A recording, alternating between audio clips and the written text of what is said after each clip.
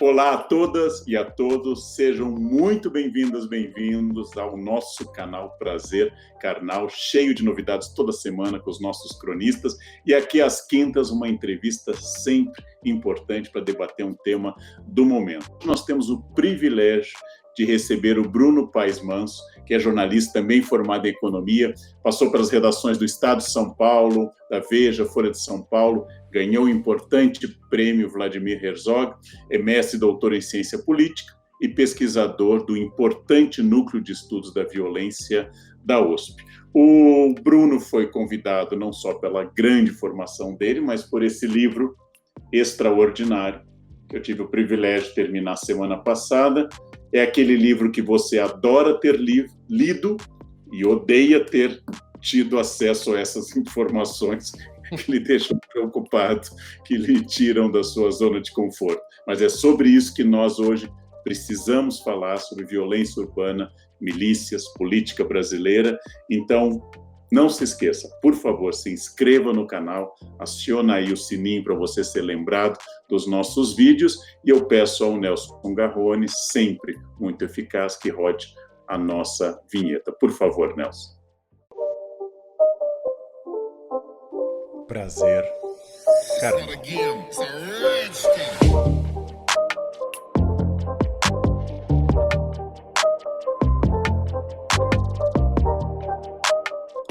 Bruno, na foto da vinheta seu cabelo estava mais curto, né?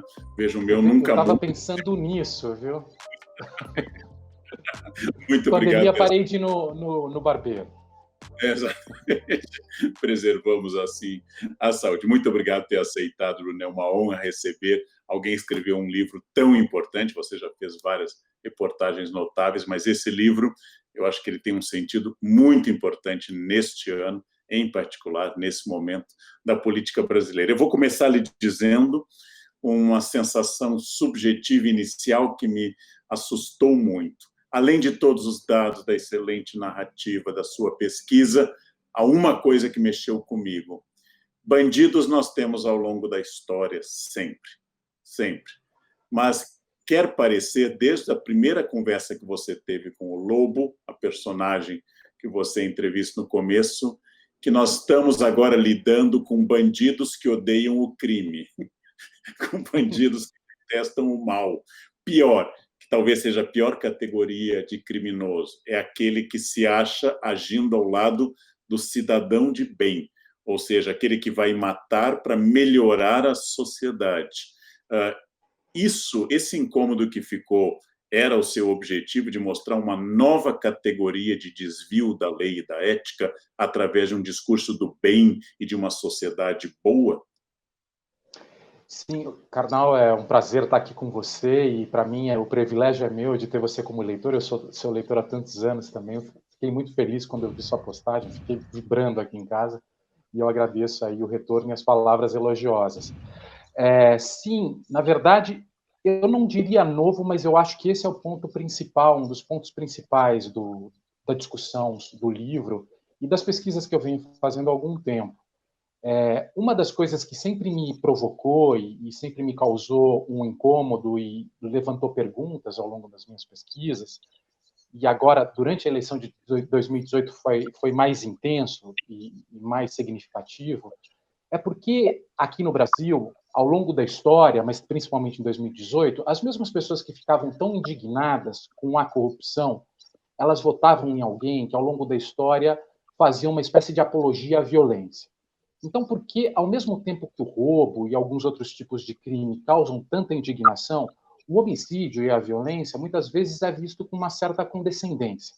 Então, essa sempre foi uma pergunta que me incomodou, porque e me perseguiu ao longo da história, porque a gente vê isso, inclusive, na época dos justiceiros, dos esquadrões da morte, dos grupos de extermínio, onde a violência era até aplaudida muitas vezes, e ao passo que o roubo, era o ladrão ou o traficante eram vistos como os grandes inimigos a serem combatidos.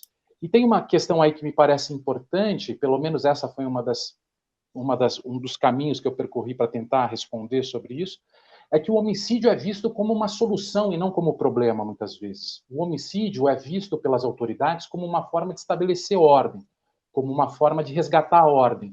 E para as pessoas, no cotidiano, a previsibilidade, a capacidade de planejar, a ordem é muito importante para o cotidiano das pessoas. Ao passo que o roubo, a droga, esses outros tipos de crime são vistos como sintoma da desordem. Então, muitas vezes abominados e temidos, enquanto a violência é, de alguma forma, aceita e engolida porque representa autoridade e ordem. Então, isso não deixa de ser assustador, né?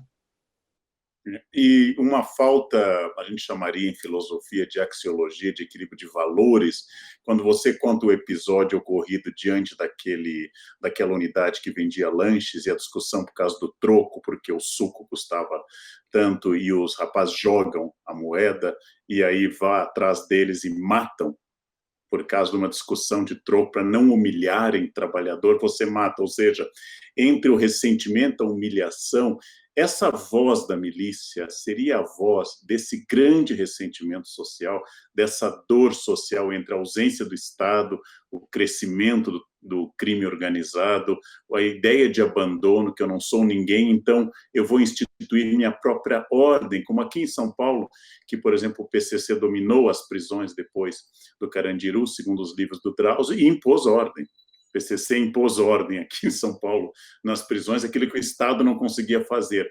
As milícias são a expressão dessa dor social de ausência de Estado e crescimento do crime? Eu acho que sim, eu acho que a gente, para pensar sobre violência no Brasil, a gente tem que pensar sobre poder e sobre a fragilidade nas nossas instituições ao longo da história. E como a violência, de alguma forma, acabou sendo aceita e acabou sendo tolerada como uma forma de estabelecer autoridade, né? A gente vê isso não só no nível público, né, na esfera pública, como também dentro de casa. A gente viu, no caso, o próprio presidente, quando falava que se um filho dele fosse gay, ele ia encher de porrada para ele virar homem, como se a violência fizesse as pessoas obedecerem ou fosse transformadora, como se a autoridade fosse resgatada pelo uso da violência, tanto do pai dentro de casa, como na rua, em ambientes vulneráveis onde a lei precisa ser imposta. Então, essa é uma pergunta do livro: por que as pessoas obedecem? E muita gente acredita que é pela violência. E a discussão que fica é como é que a gente constrói uma autoridade legítima que seja obedecida, não porque ela ameaça matar ou bater, mas porque ela seja vista como uma representante da coletividade e dos interesses coletivos e seja obedecida por ser vista como esse facilitador da vida, por representar os interesses coletivos, né? Esse desafio que a gente vive nos dias, na democracia hoje.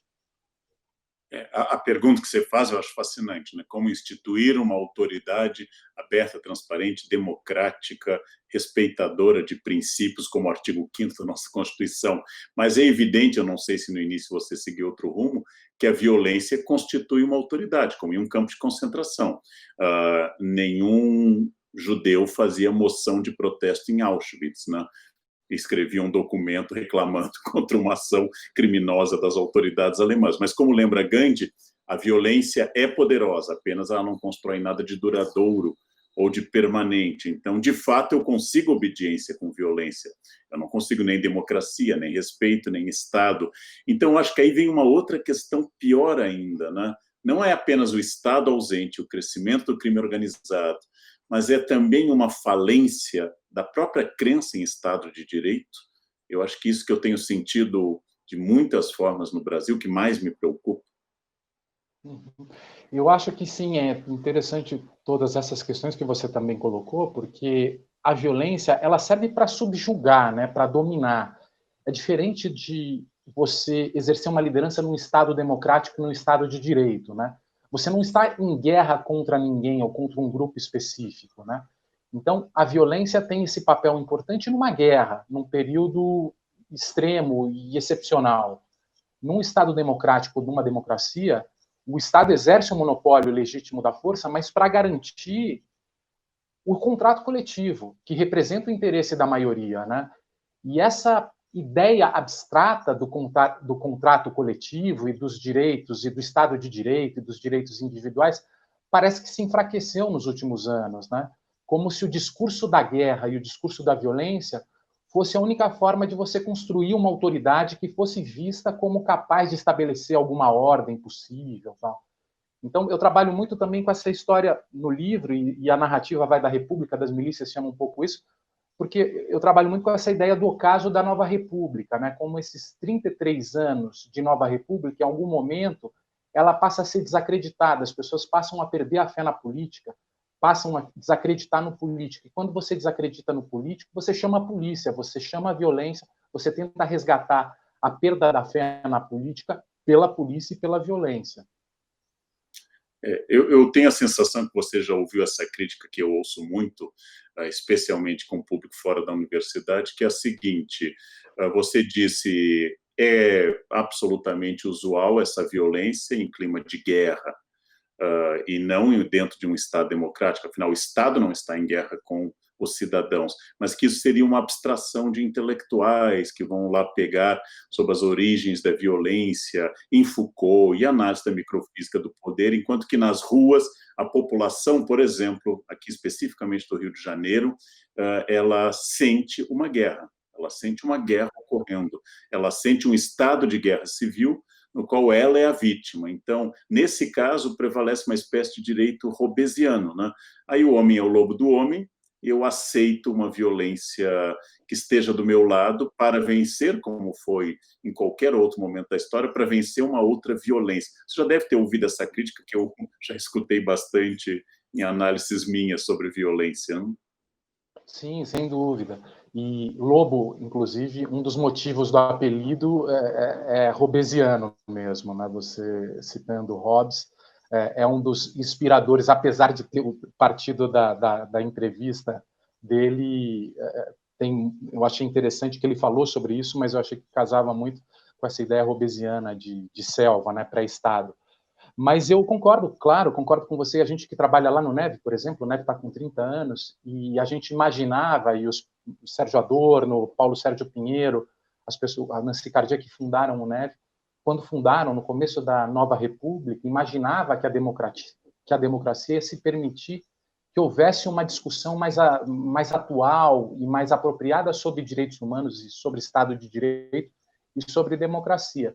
E 33 anos depois, a gente vê justamente esse retrocesso, né? Elegeu uma pessoa que, ao longo da sua carreira, foi um apologista da violência paramilitar. Então, por que a gente chegou até aqui? Por que a gente não conseguiu explicar para as pessoas que o Estado de Direito, que a democracia, que a lei é importante, né? Uma questão interessante. Eu acho que agora, com as redes sociais, né, e com essa conversa por rede social, a emoção e a raiva e as falas emotivas, né, ficaram muito mais presentes, né, na construção de bolhas e você direcionar alguns bodes expiatórios.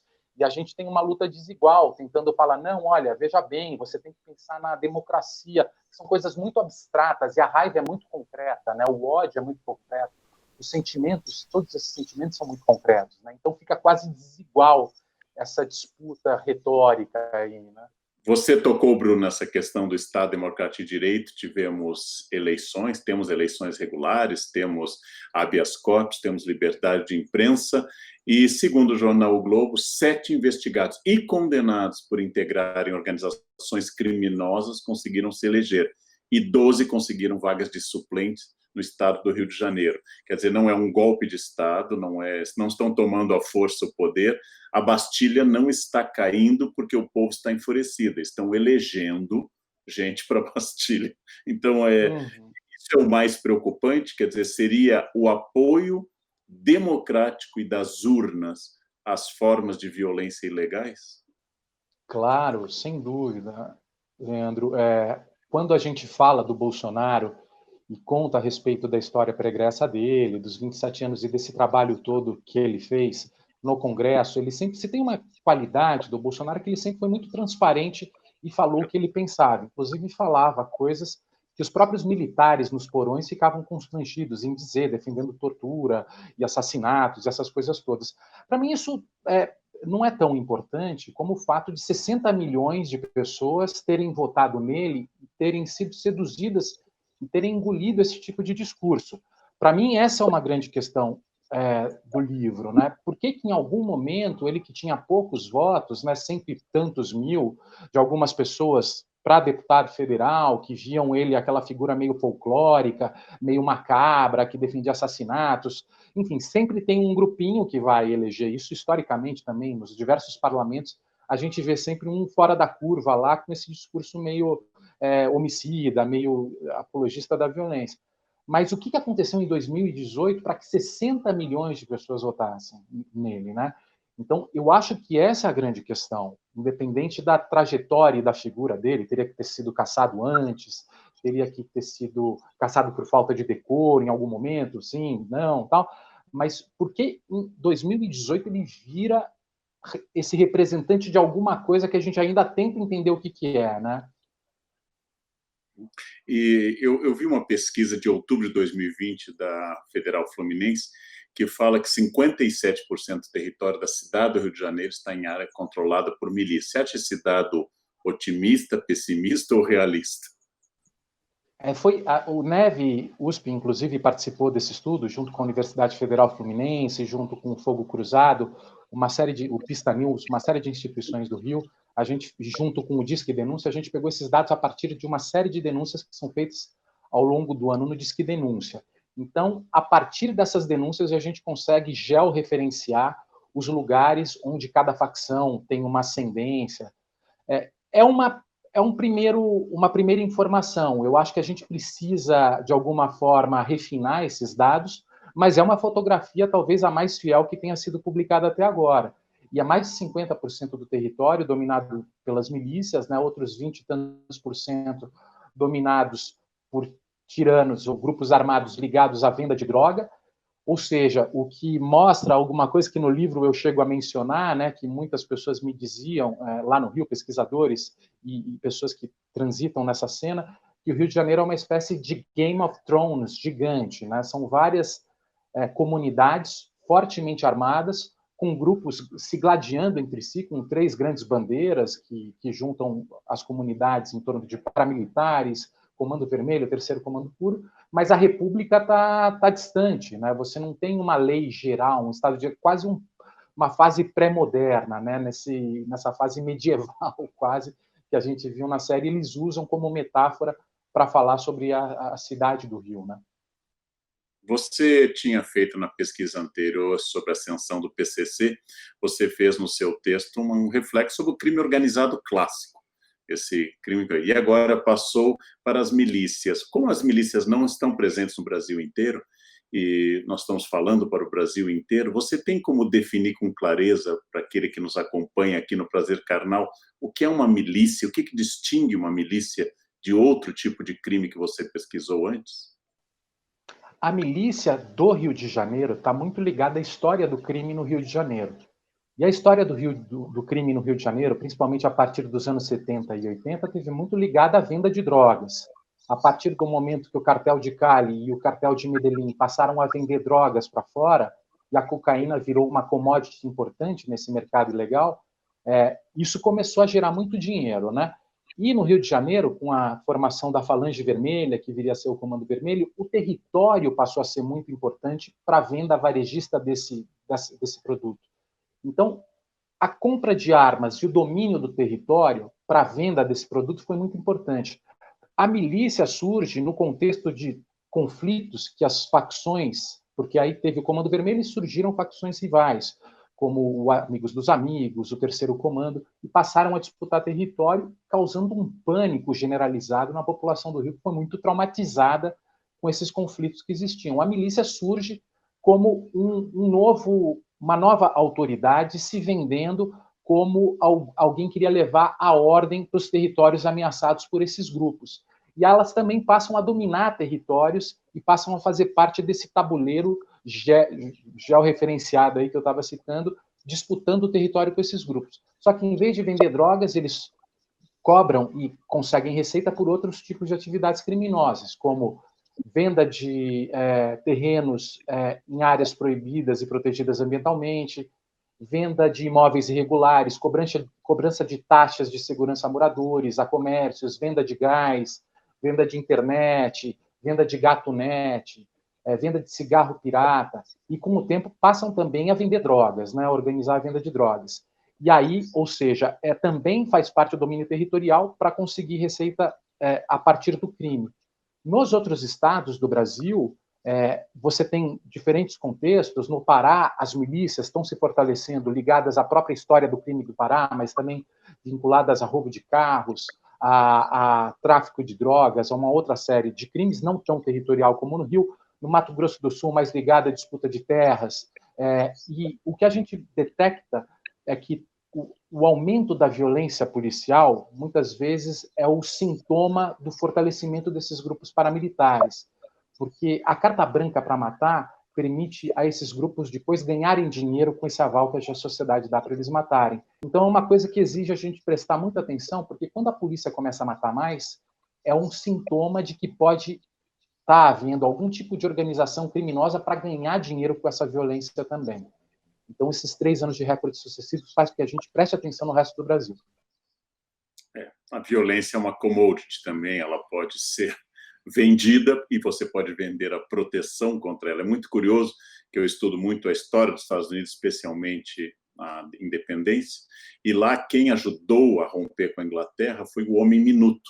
Aquele homem que tinha arma em casa, era um fazendeiro, um cidadão urbano, e ele, com essa arma, fazia parte do Exército Continental, e por isso, quando se faz a segunda emenda à Constituição de 1787, se declara que a segurança do Estado depende de uma milícia bem regulamentada e com o direito livre de portar armas. No século XVIII, os americanos interpretaram que o direito do cidadão de portar armas era uma defesa contra o Estado ou contra a violência de estrangeiros, como os ingleses ou os indígenas, né? É possível fazer essa relação de discurso? Quer dizer, eu me armo não porque eu seja violento, mas porque estão me atacando?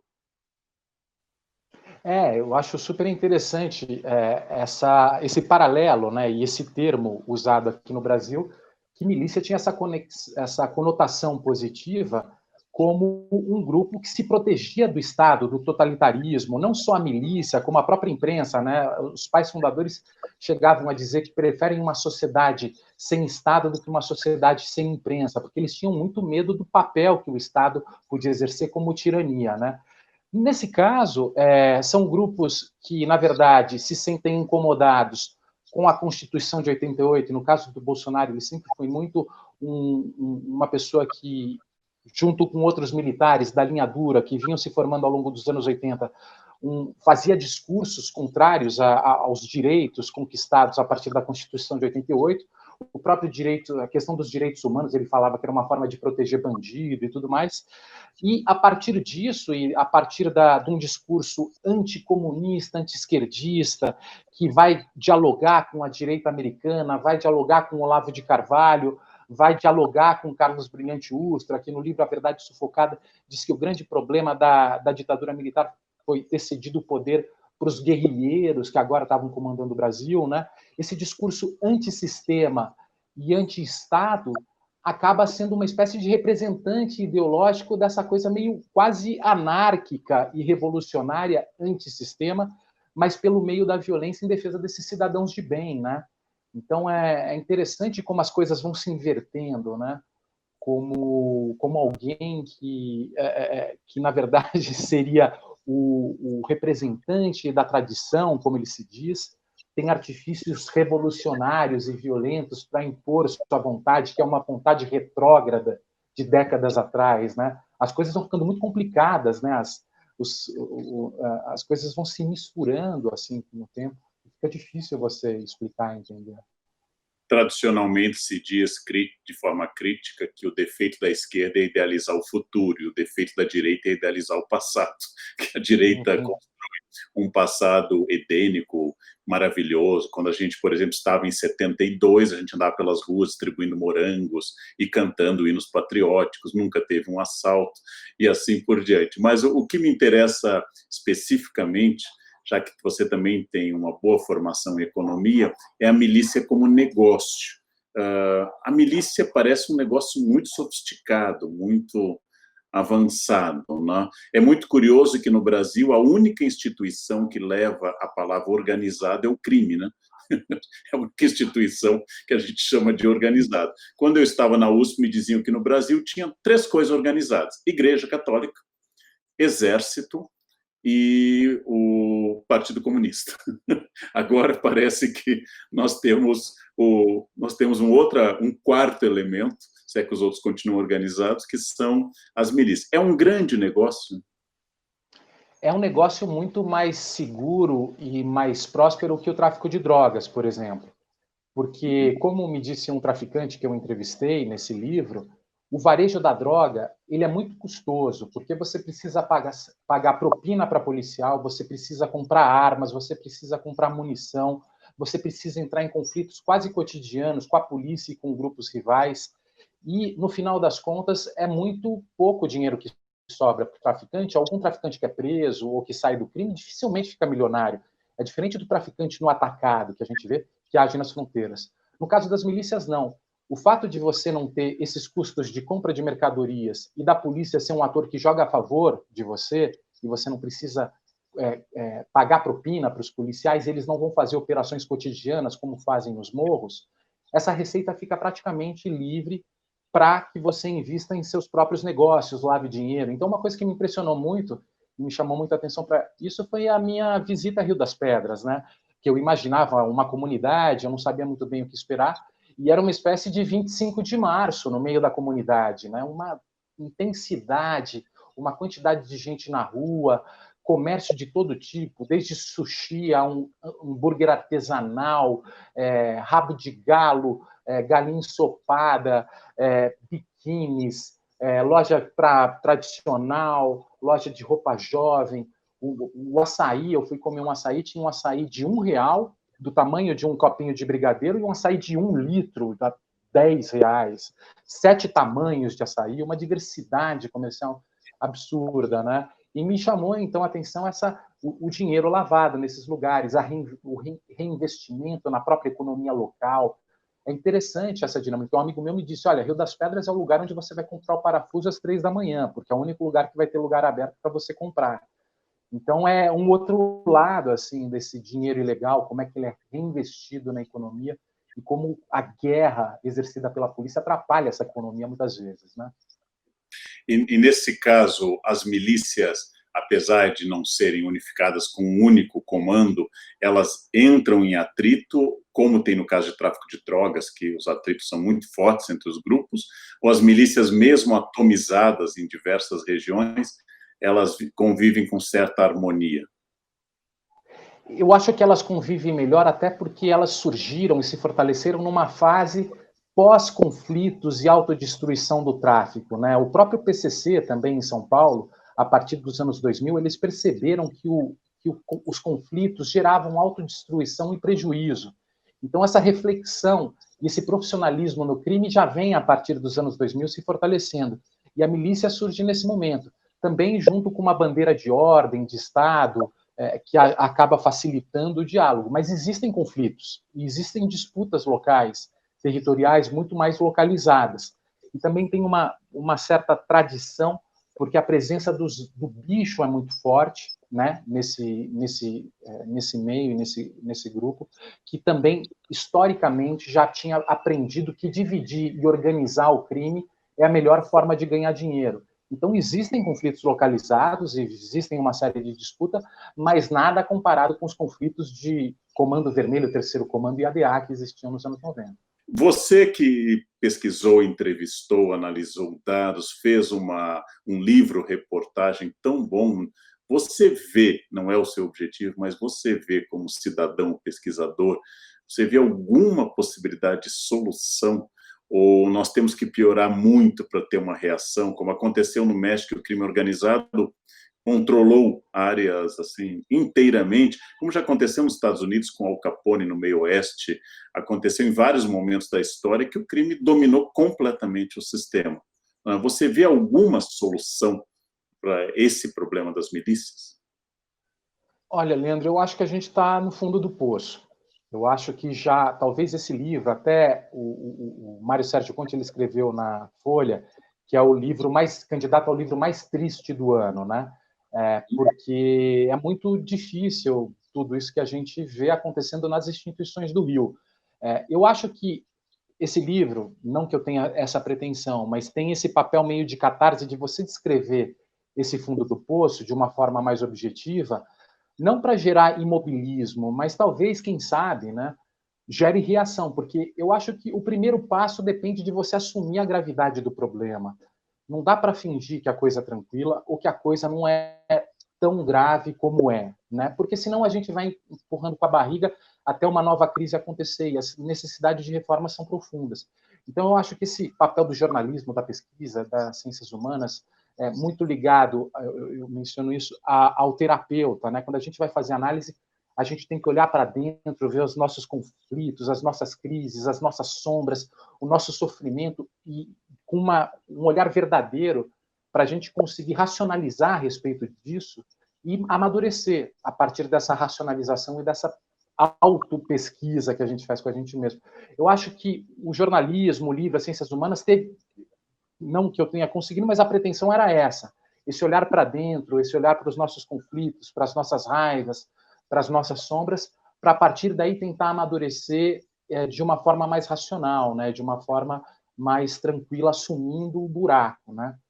Então, assim, eu acho que sem esperança a gente não vive, né? Eu acho que só nos resta a esperança, né?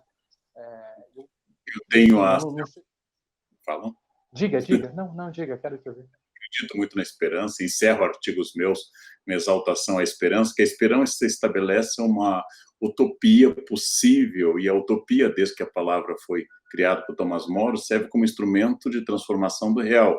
Quer dizer, eu critico o Congresso porque eu tenho na cabeça um Congresso utópico, 81 senadores comprometidos com a sociedade brasileira, lutando, mais de 500 deputados disputando o privilégio de diminuir o peso, por exemplo, das coisas para que o Brasil possa crescer. Bem, essa utopia ela é fundamental para corrigir, né, qualquer coisa.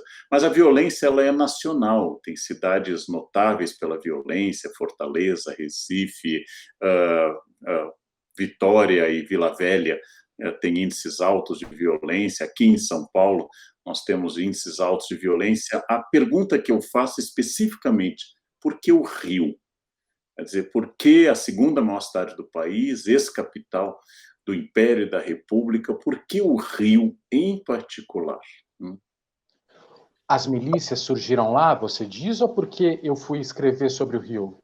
Não, há tudo, mas inclusive porque essa violência talvez mais espetacular, porque apesar, como eu disse, a violência é nacional e alguns índices de assassinatos por 100 mil habitantes são mais graves em outras capitais que não o Rio, eu não sei se o Rio tem mais cobertura, fica sempre aquela comparação que eu vi uma vez em uma palestra, tem mais jornalistas em Jerusalém do que em todo o continente africano, então eles traduzem de que a violência lá é maior do que em conflitos como o Sudão do Sul e outros lugares de conflitos. Então, por que o Rio? É porque a imprensa dá muita importância ao Rio, porque o Rio é uma vitrine do Brasil, porque o Rio é um pouquinho o panorama de tudo que nós somos neste país. Especificamente, por que o Rio tem estes índices e por que a milícia... Eu não sei se há milícias tão organizadas ou fortes em outros estados, mas por que o Rio de Janeiro em particular? Eu acho que você deu algumas respostas que eu concordo. Assim, a imprensa, a Rede Globo fica no Rio, né? O Rio é uma síntese da alma brasileira, né? A história do Rio, o que representa para o Brasil, todo o significado político e simbólico e cultural do Rio de Janeiro é muito presente na nossa história, né? E, além de tudo, tem toda a história e o fato de ter sido a capital brasileira, de ter mudado a partir dos anos 60, né? E ter tido uma dificuldade institucional de lidar com a nova realidade e com um novo cenário político, num processo de urbanização muito intensa, com morros sendo ocupados por comunidades, pessoas vindas da zona rural, e, ao mesmo tempo, uma classe média urbana, já historicamente, tradicionalmente urbana, com muito medo daquelas pessoas que chegavam. Então começam a surgir os grupos de extermínio e, ao mesmo tempo, os esquadrões da morte, que também acontecem em São Paulo. Mas, por outro lado, além disso, você tem o Jogo do Bicho, que tem uma história muito grande no Rio, e uma ligação da contravenção com a polícia também muito histórica, né, e antiga. que permite essa proximidade, também essa malandragem da polícia ao mesmo tempo. E o jogo do bicho, além de ser a contravenção, ele faz parte da cultura do Rio, né? Financiando as escolas de samba. Durante muito tempo foi tolerado, mas é interessante, Leandro, que quando os patronos do bicho começam a envelhecer e morrer, os filhos deles começam a travar uma disputa muito sangrenta pelos espólios dos pais. E essa disputa, que acontece nos últimos 10, 15 anos, ela vai levar a uma organização muito violenta do crime, com os escritórios do crime. Aí entra o capitão Adriano Magalhães da Nóbrega, entra o Rony Lessa, entra uma série de assassinatos onde as polícias eram pagas para não investigar os homicídios. Você tem uma cena nova que surge na cena recente do Rio, que vai gerar, inclusive, o assassinato da Marielle e todas essas confusões que a gente viu nos últimos anos. Então, é interessante que as autoridades, em algum momento, elas achavam que iam controlar o crime, que essa malandragem das autoridades ajudavam a controlar o crime. Só que conforme vão mudando os governos, os governadores vão sendo presos por uma série de problemas, o crime passa a controlar as autoridades. E as autoridades passam a ficar na mão do crime, que é um pouco o drama que a gente vive hoje, né? A coisa se inverteu e saiu do controle, né? Mas está muito ligado à história do Rio, que é uma cidade apaixonante, né? A gente, como paulista, eu voltei de lá muito impressionado com a cidade, que, apesar de todos os problemas, é de uma vitalidade, de uma originalidade, de uma criatividade apaixonante. Todos nós, talvez por isso, né, nós amamos o Rio. O Rio é uma referência nacional, é uma referência em cultura, é uma referência em beleza natural, acho que é uma das cidades mais bonitas do mundo, tanto que a pior crítica que eu já ouvi de um carioca, quando estávamos no Pão de Açúcar, foi olhar para aquela paisagem e dizer que lugar lindo para construir uma cidade um dia. Acho que foi a pior crítica. Eu vi dolorosa pelo jeito que nós amamos o Rio, como eu me sinto bem, eu sou gaúcho e estrangeiro em todas as cidades do Sudeste, mas radicado há mais de 30 anos em São Paulo e admirando muito o Rio, né? E pensando, inclusive, no Rio como laboratório nacional, à medida em que o que ocorre no Rio, às vezes, é um pouco prenúncio do que tudo que pode ocorrer, tudo que pode ocorrer no Brasil em relação à violência. Mas o que mais me preocupa é exatamente a violência tornada instrumento do bem, porque ela está na gênese das piores coisas que a humanidade experimentou. A Inquisição, cujo lema era misericórdia e justiça, o nazismo, cuja ideia era fazer uma pátria segura e próspera para os arianos. A violência em nome do bem, ela é a mais difícil de ser erradicada, porque a violência pela violência, sem embasamento de aspiração utópica de sociedade melhor, ela é mais crua, mais direta e mais fácil de isolar. Agora, a violência que disfarça a bactéria como anticorpo do próprio corpo, ela é muito difícil, ela é muito complicada, porque ela passa a banalizar o mal, tentando usar um pouco a Hannah Arendt, ela passa a banalizar o mal e a gente passa a conviver com cadáveres, com violência, balas perdidas, escolas fechadas, e acha que isso faz parte, né? É muito curioso que no apogeu do feudalismo, um sistema extremamente expropriador de grupos que trabalhavam a terra, no apogeu do feudalismo não há praticamente revoltas. As revoltas ocorrem no declínio. É como se a população do século X dissesse: é um horror, esses nobres são uns vagabundos agressivos, mas sem eles é pior. Então, as revoltas que são do século XIV, quase todas, Jaquerie, Wat Tyler, elas são revoltas quando o sistema já não está mais funcionando. Então, dá a sensação quase que algumas comunidades cariocas e fluminenses dissessem: é horrível, mas sem eles é pior. Não?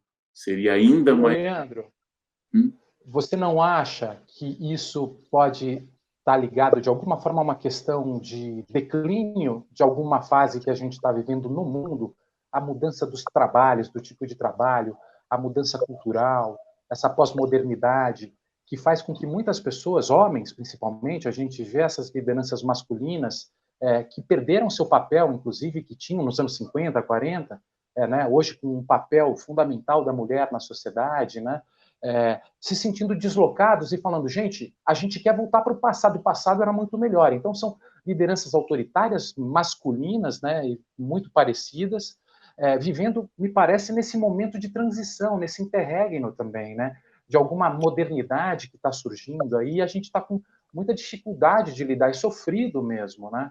E aí você surge com essas soluções meio escalafobéticas, né?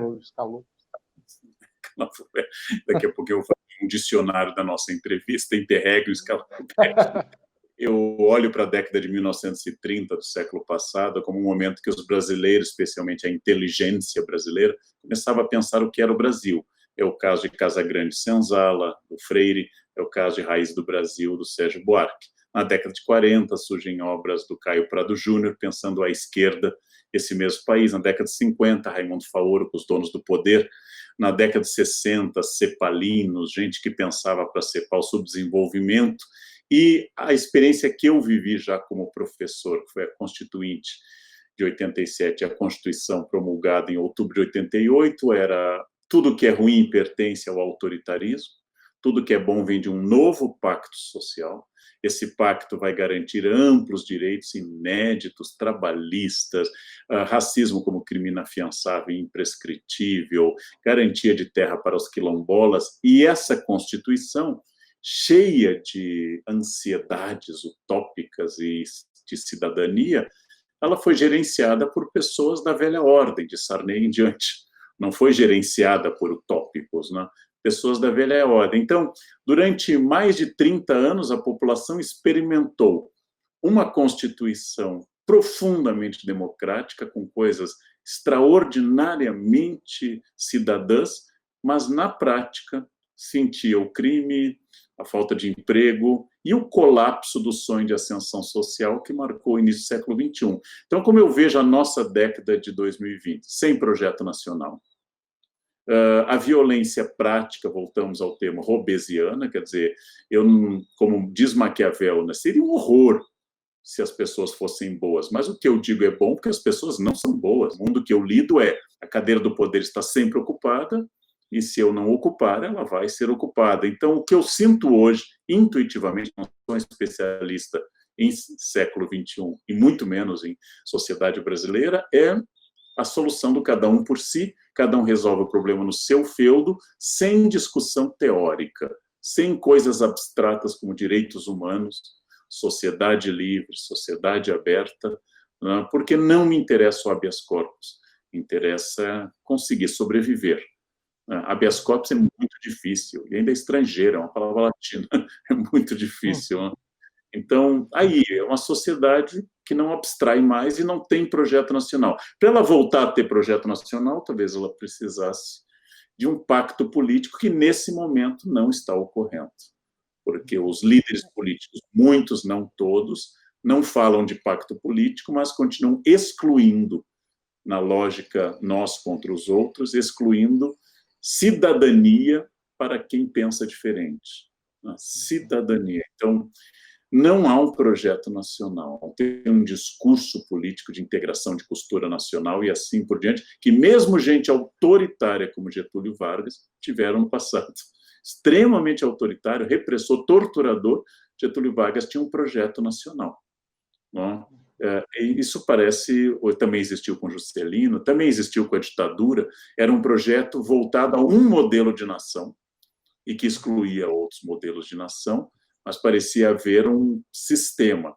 Eu não noto mais sistema, eu acho que nós somos ciclotímicos, oscilando para lá e para cá, e para o bem e para o mal, repetindo o pior das ditaduras passadas, militar e de Getúlio, sem construir o melhor da Constituição de 88. Né? E aí a defesa do Estado Democrático de Direito é nossa, jornalistas, professores, escritores, não é da massa, da base, não é disso. Eu não sei, é meio pessimista para encaminhar para a conclusão, nós vamos ter que dizer alguma coisa bonita no final para subir o ânimo, mas, de fato, o seu livro eu concordo, ele é necessário e ele é triste. Como é triste qualquer análise bem feita do monstro que nós temos que encarar nesse espelho para não olhar para a medusa diretamente. O seu livro mostra aquilo que petrifica, né? Mostra os horrores não é um livro que nos deixe felizes, apenas conscientes e críticos, né? Não sei, eu falei bastante, mas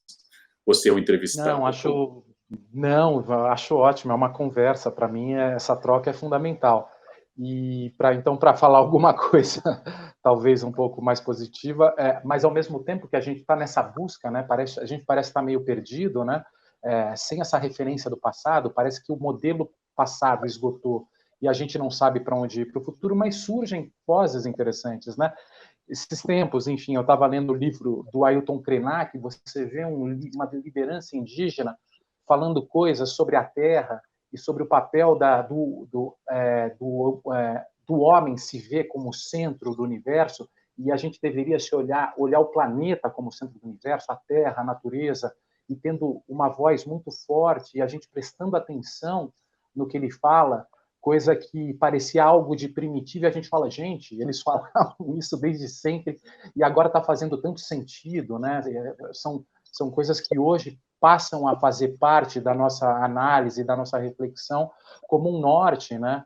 Então, essa busca também traz coisas interessantes, né? Talvez nesses momentos muito tristes também é um momento de transformação, é um momento da gente parar e para escolher o nosso caminho, repensar o nosso caminho, né?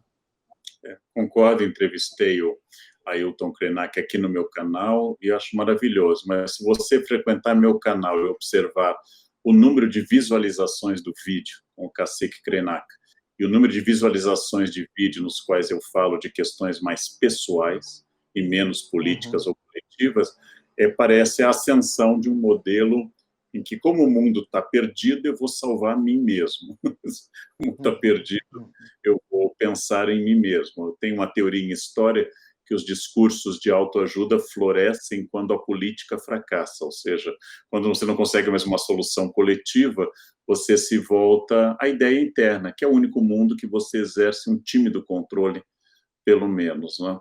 E por isso que eu acho, para encerrar, que é indispensável tomar consciência dessa questão que o Bruno analisou tão bem.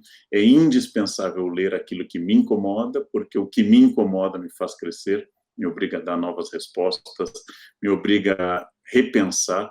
Eu acho que por isso é obrigatório que nós tenhamos contato e debatamos esse tipo de colocação sobre a ascensão das milícias, que eu acho que pode ser usada a mesma propaganda que foi usada na ditadura sobre carros a álcool. Milícias, você ainda vai ter um. Então, a mesma propaganda. Isolac. Você ainda vai ter um. Então, é bom a gente pensar seriamente sobre isso. E eu agradeço muito nessa entrevista, Bruno. Acho que você fez um trabalho extraordinário e um serviço à cidadania, tocando num ponto central.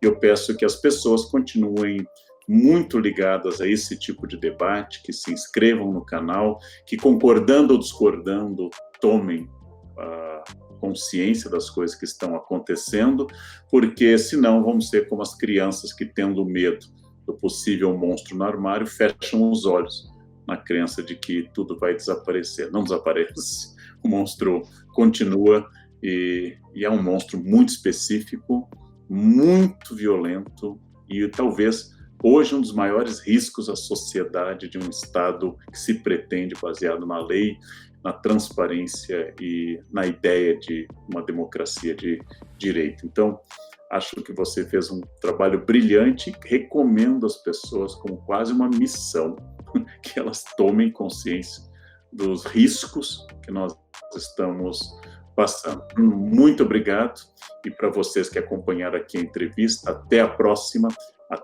oportunidade de debater mais um grande tema de relevância para todos nós. Não se esqueçam do sininho da inscrição e até logo.